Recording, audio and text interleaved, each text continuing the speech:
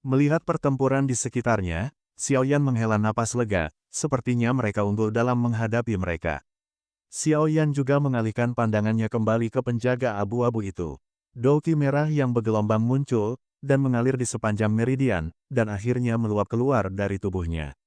Penggaris kuno Yihuo Heng yang besar itu diturunkan dari punggung Xiao Yan. Penggaris kuno Yihuo Heng itu diselimuti ki pertempuran berwarna putih susu. Ki pertempuran yang dahsyat itu menyebabkan ruang di sekitar penggaris berat itu sedikit berfluktuasi. Xiao Yan mengangkat kepalanya dan menggenggam gagang penggaris dengan telapak tangannya, mencondongkan kepalanya ke arah Yueru dan Liu Yin dan berkata dengan ringan, bertarunglah dengan cepat, jangan berlarut-larut terlalu lama. Yueru dan Liu Yin juga mengangguk sedikit, energi ki berwarna biru milik Yueru keluar dari tubuhnya, dan cahaya biru yang menyilaukan sangat mencolok. Melihat ini, Liu Yin juga menolak untuk mengakui kekalahan. Energi ki berwarna biru es keluar dari tubuhnya, dan hawa dingin kecil di bahunya juga memancarkan hawa dingin. Xiao Yan, beri aku beberapa menit. Liu Yin juga menatap Xiao Yan, jelas sedang merencanakan sesuatu. Dia sepertinya merasakan semangat bertarung yang membara di dalam dirinya. Meskipun dia tidak tahu apa yang ingin dilakukan Liu Yin, karena dia bisa disebut kebanggaan surga, dia seharusnya memiliki beberapa keterampilan. Xiao Yan juga mengangguk pada Liu Yin, mereka benar-benar layak disebut putra kesayangan surga. Kekuatan mereka memang luar biasa. Seketika, telapak kaki mereka sedikit terangkat, dan mereka mendarat dengan keras. Itu adalah cahaya dan bayangan api putih susu, membawa suara angin kencang, dan melesat ke arah penjaga di depannya. Angin kencang yang mencekam menerbangkan pakaian abu-abu sang penjaga di depannya hingga menempel erat di kulitnya, tetapi wajah sang penjaga tampak tak gentar, ia mencibir, dan sebuah tombak panjang berwarna perak muncul begitu saja dari udara. Lalu tombak perak itu tiba-tiba bergetar, douki perak yang berkilauan seperti ular kecil, menyelimuti badan tombak. Sang penjaga mencengkram gagang tombak dengan tangan kanannya dan berteriak keras. Tombak itu berubah menjadi cahaya perak dan melesat ke leher Xiao Yan dengan sangat ganas. Sosok abu-abu itu tiba-tiba berdiri tegak, dan sinar perak langsung menyinari penguasa kuno misterius itu. Ia tak bisa menahan rasa gemetar. Serangan dahsyat itu berhasil diblokir. Wajah penjaga abu-abu itu tidak berubah sedikit pun, dan lengannya tiba-tiba bergetar, dengan gas perak seperti cahaya listrik, melesat keluar di sepanjang tombak perak, dan akhirnya berubah menjadi beberapa bayangan tombak perak ilusi. Anehnya ia menghindari pertahanan penguasa Yihuo Henggu milik Xiao Yan dan menusuk kepala Xiao Yan dari belakangnya. Serangan bayangan perak yang menakutkan dengan cahaya listrik itu mengeluarkan suara saat melintas di udara. Kekuatan serangan douki tipe petir cukup mengesankan. Xiao Yan berada di benua douki, dan dia merasakannya saat berdiskusi dengan saudara keduanya, Xiao Li, jadi wajar saja dia tidak meremehkan. Serangan bayangan perak yang datang dengan cepat membesar di pupil hitam pekat, tubuh Xiao Yan terkejut, dan ki pertempuran putih susu yang megah meledak.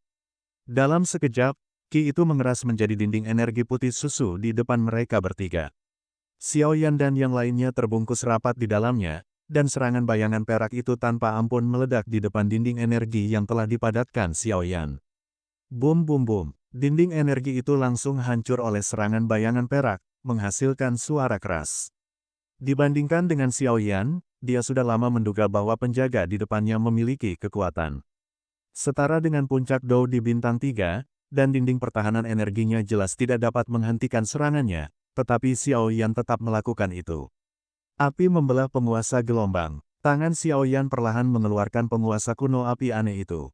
Tiba-tiba, energi panas putih susu yang menakutkan yang mengelilinginya menjadi lebih kuat saat ini, dan bahkan ruang di sekitarnya sedikit terdistorsi saat ini. Energi api putih yang dahsyat tiba-tiba keluar dari tubuh Xiao Yan diiringi teriakan lembutnya, lalu mengalir ke penguasa kuno abadi api aneh di tangan Xiao Yan. Dan masuk ke dalamnya. Dengan pancaran energi yang begitu menakutkan, aku hanya bisa melihat bahwa penguasa abadi yang memiliki 23 warna aneh, yang membuat orang-orang tampak sangat aneh, dan penguasa kuno abadi api itu tampak berputar-putar. Oh, nyala api ini agak aneh. Sosok abu-abu yang memegang tombak perak di depannya juga melihat serangan Xiao Yan dan mau tak mau berkata, aku jarang bertemu orang dengan api istimewa seperti ini, jadi aku sedikit tertarik pada Xiao Yan di depannya. Pria berpakaian putih di tangga batu itu menoleh dan melirik api penggaris Xiao Yan, seolah-olah dia telah mengatakan sesuatu kepada penjaga abu-abu di depan Xiao Yan. Jelas sekali bahwa serangan Xiao Yan mengandung kekuatan api yang mengerikan, dan bahkan penjaga abu-abu pun sedikit tertarik pada kekuatan api di tubuh Xiao Yan. Saat sosok abu-abu itu berseru kaget, dia juga mengeluarkan energi atribut petirnya ke tombak perak di tangannya, lalu dengan ganas menyerang kemampuan bertarung yang dilancarkan oleh penguasa kuno Xiao Yan. Penguasa yang memancarkan kekuatan api yang mengerikan dan tombak perak yang dikelilingi ular perak bertabrakan dengan ganas. Semangat bertarung yang menakutkan terpancar dari medan perang tempat Xiao Yan dan sosok abu-abu itu saling berhadapan. Xiao Yan ini benar-benar menakutkan. Orang-orang yang sedang berurusan dengan penjaga masing-masing, merasakan serangan dari Xiao Yan ini, dan mau tak mau mengerutkan kening sedikit. Xiao Yan, yang masih di awal Kaisar Bintang 3 Dou, mampu melancarkan serangan sekuat itu. Itu sudah sangat kuat, dan yang lebih kuat lagi adalah kobaran api putih susu di tubuhnya. Semua orang tidak berani teralihkan perhatiannya. Kemudian mereka bertarung dengan kelompok masing-masing dan menghadapi para penjaga. Tepat ketika serangan bayangan ular perak itu menghilang, Xiao Yan tiba-tiba melangkah maju, penggaris berat di tangannya melayang horizontal, kekuatan dahsyatnya menimbulkan ledakan sonik tajam yang merobek udara, dan menghantam keras kepala penjaga itu. Energi mengerikan yang tercipta dari ayunan penggaris berat itu. Sudut mata Yueru sedikit berkedut. Setelah menyaksikan pertarungan Xiao Yan dengan mata kepala sendiri, ia baru menyadari betapa menakutkannya kekuatan Xiao Yan. Di telapak kaki penjaga abu-abu itu, cahaya perak tiba-tiba memancar keluar, dan tubuhnya bergetar. Cahaya perak berkedip, dan sosoknya benar-benar terpental mundur hampir 5 atau 6 meter. Kecepatannya sangat cepat. Oke, sudah beku. Sebuah suara bersemangat terdengar dari belakang Xiao Yan. Xiao Yan melihat dan menyadari bahwa Liu Yin yang sedang merencanakan sesuatu sejak tadi. Saat Liu Yin berbicara, beberapa bongkahan es berwarna biru es juga muncul di telapak kaki penjaga abu-abu yang sedang berhadapan dengan Xiao Yan. Jelas, ini disebabkan oleh doki biru es Liu Yin. Xiao Han, ayolah. Begitu kata-kata Liu Yin selesai terucap, ujung kakinya sedikit bergerak, tubuh mungilnya melesat, dan akhirnya mendarat di atas Xiao Han yang sedingin es. Aneh memang, Xiao Han yang awalnya kecil, justru menjadi beberapa kali lebih besar, cukup untuk membuat 5 orang berdiri. Dia mengulurkan tangannya dan menempelkannya di punggung burung biru es itu. Di mata burung yang berwarna biru es itu, cahaya spiritualitas seolah-olah mengepakkan dan menggerakkan sayapnya. Bulu-bulu es tersebut sangat tajam dan sangat dingin. Ayo pergi. Saat ini, Xiao Yan tidak terburu-buru memperhatikan tindakan Liu Yin dan penjaga abu-abu di depannya, karena dia menemukan bahwa ki di tubuhnya menjadi sangat bergejolak dalam pertempuran sebelumnya, dan jejaknya sangat halus.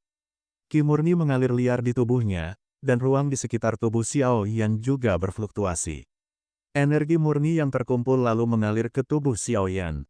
Jelas ini adalah gerakan yang hanya terjadi ketika seorang naik tingkat. Xiao Yan cukup beruntung mendapatkan kesempatan terobosan ketika dia menyerang tanpa ragu sedikit pun sebelumnya, sehingga sekarang energi pertempuran di dalam tubuhnya mengalir dengan sendirinya, dan kekuatannya pun mulai meningkat dengan sendirinya. Semua ini hanyalah hal yang wajar, karena Xiao Yan pada awalnya berada di puncak tahap awal Kaisar Dou Bintang 3, dan terobosan hanyalah masalah waktu. Ini hanyalah kesempatan untuk promosi, yang tampaknya sangat buruk. Gerakan yang dilakukan Xiao Yan tentu saja tidak bisa luput dari pengamatan beberapa orang dengan penglihatan tajam di aula tersebut. Oleh karena itu, seruan Xiao Yan benar-benar menerobos dalam pertempuran. Terdengar beruntun di aula, banyak orang menatap sosok yang diselimuti api putih susu itu dengan takjub. Menerobos pada saat ini jelas tidak bijaksana. Para penjaga di aula mengawasi mereka. Jika seseorang ceroboh, kegagalan untuk menerobos adalah hal sepele. Saat pertempuran di aula utama memasuki momen kritis, dia malah mendapatkan promosi mendadak, yang benar-benar membuat orang tercengang melihat keberuntungannya. Anda harus tahu bahwa selama promosi, Anda tidak boleh terlalu banyak diganggu, jika tidak, Anda akan terluka, atau bahkan terancam nyawa. Sial, tidak bisa. Xiao Yan tidak bisa menahan amarahnya karena situasi mendadak ini. Ia juga mengerti bahwa dalam situasi seperti ini, pada dasarnya mustahil baginya untuk dipromosikan secara diam-diam. Namun, Xiao Yan sama sekali tidak bermaksud memaksanya. Semuanya datang begitu saja, Xiao Yan tidak sanggup menolak, dan inilah yang membuatnya tertawa sekaligus menangis. Penjaga abu-abu itu menatap Xiao Yan, dan tanpa sadar mengerutkan kening seolah sedang memikirkan sesuatu, lalu kekuatannya tiba-tiba meningkat drastis. Ia melihat Xiao Yan yang berdiri diam dan tak berani bergerak, kemudian ia melihat gerakan di sekitarnya. Tiba-tiba ia mengerti, ia tanpa sadar menggerakkan telapak tangannya ke tombak perak di tangannya, tombak itu berubah menjadi bayangan dan melesat ke arah Xiao Yan. Brengsek, Xiao Yan tidak bisa menahan amarahnya saat melihat pemandangan lucu ini, tetapi dia tidak bisa menggunakan energi Qi untuk membela diri, jika tidak, kesempatannya untuk meraih terobosan kali ini akan hilang sia-sia. Xiao Yan, selesaikan promosimu, aku akan membantumu menghentikannya untuk sementara. Sebuah bayangan hijau tiba-tiba muncul di depan Xiao Yan, Yueru tersenyum. Pada saat ini, penjaga abu-abu di depannya juga menyadari ada sesuatu yang salah dengan Xiao Yan, dan segera bertindak. Meskipun dengan kekuatan puncak Dou di bintang 3 milik penjaga abu-abu, dia tidak akan takut dengan terobosan Xiao Yan. Beri aku 10 menit. Setelah sedikit menunda, Xiao Yan menggertakkan giginya dan mengangguk, lalu buru-buru duduk bersila, lalu mengendalikan energi liar di tubuhnya. Tatapan tajam di mata Liu Yin, dia perlahan membuka mulutnya, dan gumpalan Qi asal berwarna biru es menyembur keluar. Xiao Han membuka paruhnya, dan udara dingin keluar, berubah menjadi angin. Dingin, angin dingin berhembus kencang, dan tanah langsung membeku, dan penjaga abu-abu itu hendak mengerahkan Qi untuk melawan, tetapi tubuhnya tiba-tiba kaku. Hanya dalam waktu singkat, penjaga abu-abu itu berubah menjadi patung es yang tampak hidup. Aku lelah sekali, bahu Liu Yin juga terkulai, dan wajahnya pucat pasi. Jelas, implikasi sebelumnya adalah keahlian eksklusif mereka di kota 10.000 binatang. Itu tidak semudah kelihatannya. Xiao Yan, kamu bisa menerobos dengan tenang. Liu Yin juga melihat keadaan Xiao Yan dan berkata bahwa meskipun dia dan Xiao Yan hanya memiliki hubungan kerja sama tim. Xiao Yan juga apoteker, hal yang diketahui oleh orang-orang yang hadir, menyinggung perasaannya. Apoteker tingkat pertama bukanlah hal yang baik. Hati-hati, Yueru juga dengan tergesa-gesa mengaktifkan energi biru di seluruh tubuhnya dan menyerang Liu Yin. Apa yang sedang kamu lakukan? Liu Yin baru saja membekukan penjaga abu-abu itu untuk sementara waktu, tetapi dia tidak pernah menyangka bahwa Yueru akan menyerangnya saat dia lemah, sungguh hina. Liu Yin berpikir demikian, burung di bahu Liu Yin jelas bukan hewan biasa. Melihat Yueru menyerang tuannya, dia buru-buru memberi isyarat kepada Liu Yin dalam bahasa hewan. Penjaga abu-abu itu sama sekali tidak membeku. Xiao Han berkata demikian. Percakapan antara Liu Yin dan Xiao Han belum berakhir. Sekelompok petarung tipe petir yang kuat membawa tombak perak melesat menyerang Liu Yin. Tepat ketika Douki petir yang menakutkan hendak menyerang Liu Yin, Douki milik Yueru juga tiba. Tombak petir panjang yang berwarna perak putih, menyerang dengan ganas menggunakan semangat bertarung berwarna biru yang perlahan terpancar dari tubuh Yueru. Bum bum bum, gelombang kejut berbentuk lingkaran menyebar dari pusat serangan. Penjaga abu-abu itu mengambil kembali tombaknya, yang diselimuti aura atribut petir. Semangat juang gadis kecil ini sepertinya sudah familiar, penjaga abu-abu itu juga memandang Yueru dengan penuh minat. Penjaga abu-abu itu tidak tahu sudah berapa lama dia tertidur, dan dia baru saja bangun, meskipun ingatannya agak tidak lengkap. Serangan penjaga abu-abu, meskipun biasa saja, dia tidak berani mengabaikannya sedikit pun, jadi Yueru juga membungkus seluruh telapak tangannya dengan energi Qi dan buru-buru menyambutnya. Serangan mereka bertabrakan. Yueru baru saja menyerang penjaga abu-abu itu, dan tiba-tiba embusan angin lain terdengar di belakangnya. Yueru sedikit mengerutkan kening, tangan kanannya mengeluarkan cahaya biru yang bergejolak, dan mendorongnya mundur. Pertempuran masih berlangsung, tetapi entah mengapa, siapapun yang jeli dapat melihat bahwa pertempuran antara penjaga abu-abu dan Yueru saat ini tidak seperti pertempuran Xiao Yan di awal. Mungkinkah penjaga abu-abu kelelahan? Setelah gelombang serangan ini berakhir, Liu Yin juga sangat berterima kasih kepada Yueru. Sekalipun hanya serangan itu, dia akan kehilangan kulitnya jika tidak mati. Dia telah salah paham tadi. Dan meskipun dia tidak tahu apa maksud penjaga abu-abu di depannya, sikap Liu Yin terhadap Yueru berubah. Liu Yin kini harus mengamati dengan saksama penjaga abu-abu di depannya. Penjaga ini dapat memecahkan segel dalam sekejap dengan teknik pembekuannya sendiri. Kekuatannya terlalu dahsyat, dan dia memang penjaga kekuatan Dou di bintang 3 puncak. Pada saat yang sama, dia juga memandang aura milik Yueru dengan penuh minat. Hanya dari aura itu saja, dia bisa merasakan aura kekaguman. Rahasia apa yang dimiliki Yueru? Gadis berambut hijau Liu Yin juga menjadi penasaran saat ini, tetapi dia juga tidak tinggal diam.